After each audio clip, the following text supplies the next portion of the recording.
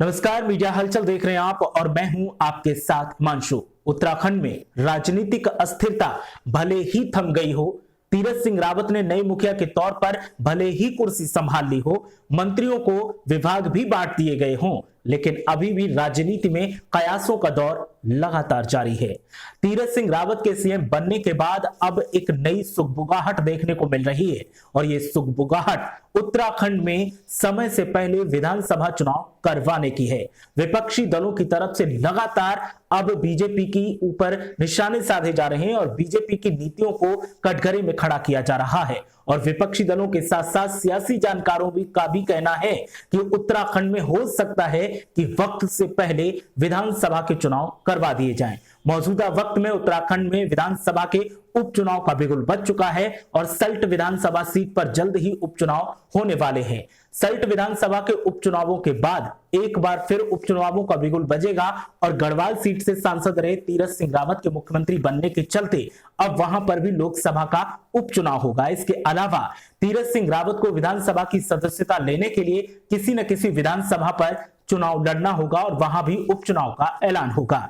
इन उपचुनाव के अंदेशों के चलते विपक्षी दलों की तरफ से लगातार निशाना साधा जा रहा है। विपक्षी दलों की अगर बात की जाए तो कांग्रेस यहां पर मजबूती से निशाना साध रही है और कांग्रेस की तरफ से कांग्रेस नेताओं का कहना है कि बार बार उपचुनाव होने से आचार संहिता लागू होगी और आचार संहिता लागू होने से विकास कार्य प्रभावित होंगे। विकास कार्य प्रभावित होंगे तो आवाम को काफी परेशानियों का सामना करना पड़ेगा। बीजेपी की ये नीति हमें समझ ही नहीं आती कि बीजेपी आखिर क्या करने वाली है। कांग्रेस के तमाम प्रवक्ताओं का कहना है कि बीजेपी के कोई भी ऐसे विधायक नहीं थे जिनमें काबिलियत होती कि उनको मुख्यमंत्री बनाया जा सकता था और उपचुनाव को टाला जा सकता था, लेकिन बीजेपी ने ऐसा नहीं किया। एक सांसद को मुख्यमंत्री बना दिया और तीन उपचुनाव आवाम के ऊपर थोप दिए। सल्ट का उपचुनाव तो होना ही था, लेकिन अब 2 और उपचुनाव होंगे, इससे आवाम को तमाम परेशानी होगी। सियासी जानकारों का कहना है कि जब गढ़वाल में लोकसभा उपचुनाव होगा तो 14 ऐसी विधानसभा सीटें होंगी जिनमें आचार संहिता लागू की जाएगी और जब 14 विधानसभा सीटों पर आचार संहिता लागू होगी तो वहां के विकास कार्य रुक जाएंगे, आवाम को परेशानी होगी और कांग्रेस का भी यही कहना है। ऐसे में सियासी जानकारों का कहना है कि जब 14 सीटों पर आचार संहिता लागू होगी तो फिर बीजेपी हो सकता है कि प्रदेश में वक्त से पहले विधानसभा के चुनावों का ऐलान कर दे और लोकसभा उपचुनाव के साथ ही विधानसभा के चुनाव संपन्न करवा दिए जाएं। सियासी जानकारों के इस अंदेशे के बाद एक बार फिर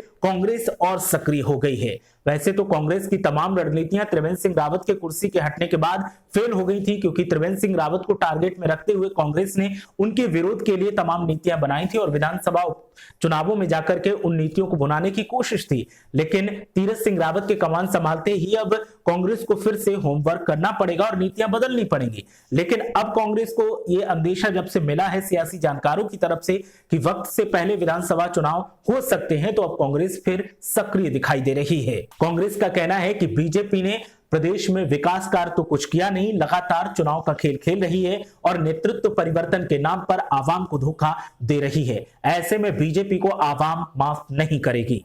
कांग्रेस और सियासी जानकारों की तरफ से जिस तरह से वक्त से पहले विधानसभा चुनाव कराने का अंदेशा जाहिर किया है, क्या यह अंदेशा सही साबित होगा?